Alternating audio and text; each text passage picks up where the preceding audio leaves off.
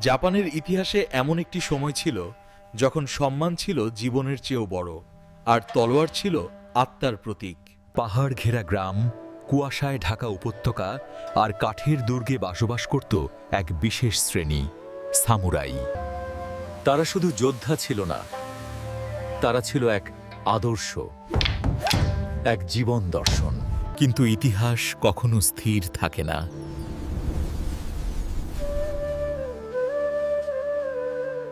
সময়ের স্রোত যখন বদলায়, তখন সবচেয়ে শক্তিশালী প্রথাকেও হার মানতে হয়। এই গল্প সেই সময়েরই যখন জাপানের সামুরাই যুগ শেষের পথে আর একটি নতুন বিশ্বের জন্ম হচ্ছিল।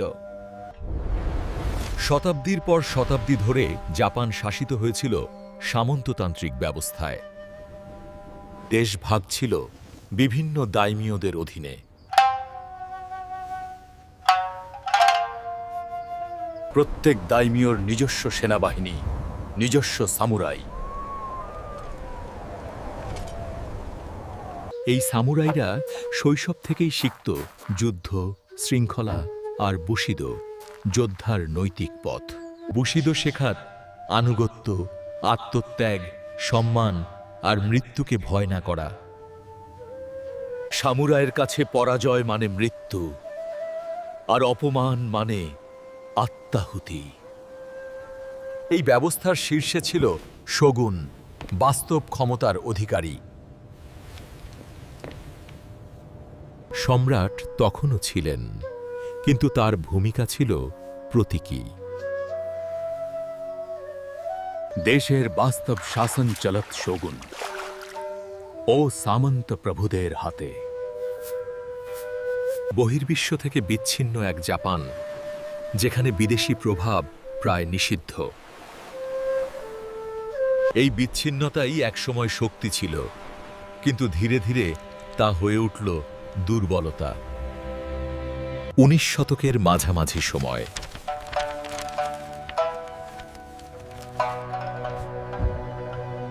ইউরোপ ও আমেরিকা শিল্প বিপ্লবের শক্তিতে এগিয়ে যাচ্ছে। বিশ্বের মানচিত্র বদলাচ্ছে।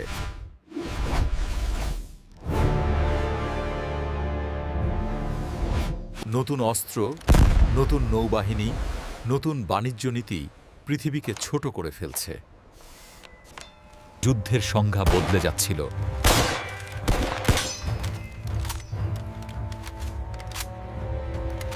কালো ধোঁয়া ছড়ানো বিদেশি জাহাজ যখন বন্দরে ভিড়ে, তখন জাপানের প্রাচীন দরজা জোর করে খুলে যায়। তাদের কাছে আগ্নেয়াস্ত্র ছিল অসম্মানজনক, কারণ তা সাহস নয়, দূরত্বে দাঁড়িয়ে হত্যা শেখায়।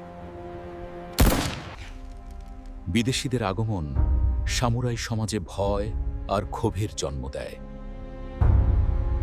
এই পরিবর্তনের ঢেউ একসময় জাপানের উপকূলে এসে আছড়ে পড়ে। কিন্তু বাস্তবতা ছিল নির্মম। তলোয়ার বন্দুকের সামনে দুর্বল।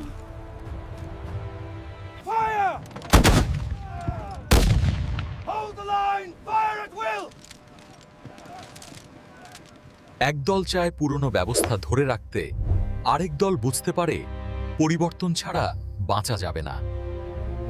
এই সময়েই দেশের ভেতরে জন্ম নেয় দ্বন্দ্ব। অনেক সামুরাই দরিদ্র হয়ে পড়ে, কারণ যুদ্ধ নেই, প্রভুরাও দুর্বল। সামুরাই সমাজ নিজেই ভেঙে যেতে শুরু করে।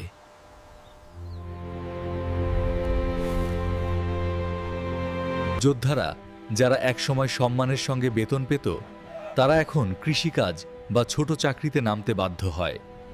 সিংহাসন নিশ্চিত হওয়ার পর জাপানের ভবিষ্যৎ পরিকল্পনা শুরু হয় নীরব কক্ষে।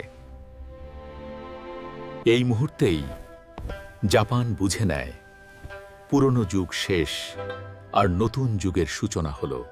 এটি ছিল এক ঐতিহাসিক মোড়।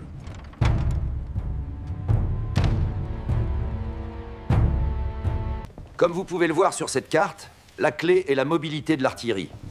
Nous devons positionner les canons ici. Kenshin!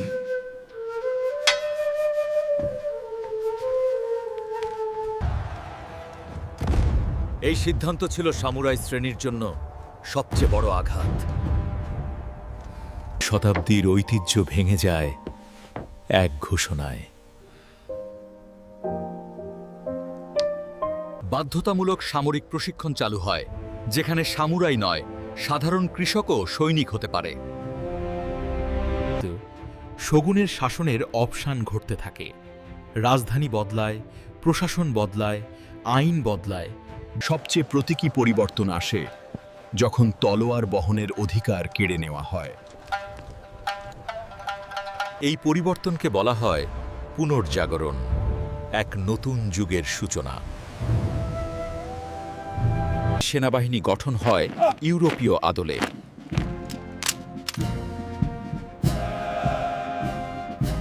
রাস্তায় হাঁটা সামুরাইরা প্রথমবারের মতো খালি কোমর নিয়ে চলতে বাধ্য হয়। অনেকের কাছে মনে হয় তাদের আত্মাই যেন ছিনিয়ে নেওয়া হয়েছে। তলোয়ার ছাড়া সামুরাই, এই ধারণাটাই ছিল অসহনীয়। কিছু সামুরাই বিশ্বাস করে সম্মান রক্ষার একমাত্র পথ হলো অস্ত্র তুলে নেওয়া। ক্ষোভ জমতে থাকে। গ্রাম আর শহরে গোপন আলোচনায় জন্ম নেয় বিদ্রোহের আগুন। তারা আধুনিক সরকারকে বিশ্বাসঘাতক মনে করে। ইয়ারা বিদেশিদের অনুকরণ করছে। এই আধুনিকতা আমাদের আত্মাকে বিক্রি করে দিচ্ছে। এই বিদ্রোহ ছিল মরিয়া, কারণ তারা জানত জয়ের সম্ভাবনা কম, কিন্তু নতজানু হওয়া অসম্ভব। শেষ সামুরাইরা জানত তারা একটি যুগের প্রতিনিধিত্ব করছে।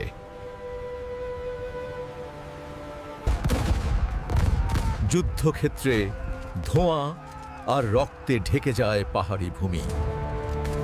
একদিকে আধুনিক সেনাবাহিনী বন্দুক আর কামান নিয়ে, অন্যদিকে সামুরাইরা হাতে তলোয়ার, বুকে শতাব্দীর গর্ব। তাদের পতনের সঙ্গে সঙ্গেই শেষ হয়ে যায় জাপানের সামুরাই যুগ। পরাজয় আসে, কিন্তু লজ্জা নয়। সামুরাইরা সাহসের সঙ্গে লড়াই করে, কিন্তু ইতিহাস তাদের পক্ষে ছিল না। বন্দুকের গুলি তলোয়ারের ধারকে থামিয়ে দেয়।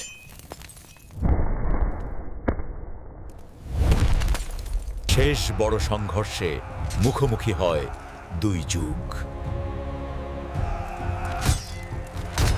তলোয়ার মাটিতে পড়ে থাকে, কিন্তু তার প্রতিধ্বনি থেকে যায় ইতিহাসে। বুশিদোর নীতি পুরোপুরি হারায় না, বরং নতুন রূপে বেঁচে থাকে, শৃঙ্খলা, সততা আর দায়িত্ববোধ হিসেবে। পরাজয়ের পর অনেক সামুরাই নতুন জীবনে পা রাখে। কেউ শিক্ষক হয়, কেউ প্রশাসনে যোগ দেয়, কেউ ব্যবসায়ী। আধুনিক জাপানের কর্মসংস্কৃতির গভীরে আজও সেই সামুরাই আদর্শের ছাপ পাওয়া যায়। কিন্তু পাহাড়ের মন্দিরে, পুরনো কবরস্থানে আর ইতিহাসের পাতায় সামুরাইরা এখনও বেঁচে থাকে। সময় এগোয়, শহরে রেললাইন বসে, কারখানা গড়ে ওঠে, পশ্চিমা পোশাক জনপ্রিয় হয়। নবীন, তারা মনে করিয়ে দেশশক্তি শুধু অস্ত্রে নয়, আদর্শেও থাকে। কাঠের দুর্গের জায়গায় পাথরের ভবন দাঁড়ায়। অতীতকে সম্মান জানিয়ে ভবিষ্যতের দিকে এগিয়ে যাওয়ার এক কঠিন সিদ্ধান্ত।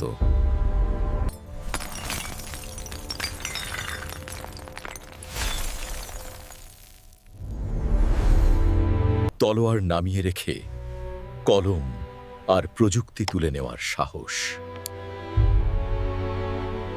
সামুরাইদের গল্প তাই শেষ হয় না। ইতিহাসের নীরব প্রহরায় তারা এখনো দাঁড়িয়ে আছে, নীরব, দৃঢ়, সম্মানিত। যুগ শেষ হয়, কিন্তু আত্মা নয়। আজকের জাপান আধুনিক, প্রযুক্তিতে অগ্রগামী, কিন্তু তার শিরায় এখনো বইছে সেই পুরনো রক্তের গরম ধারা।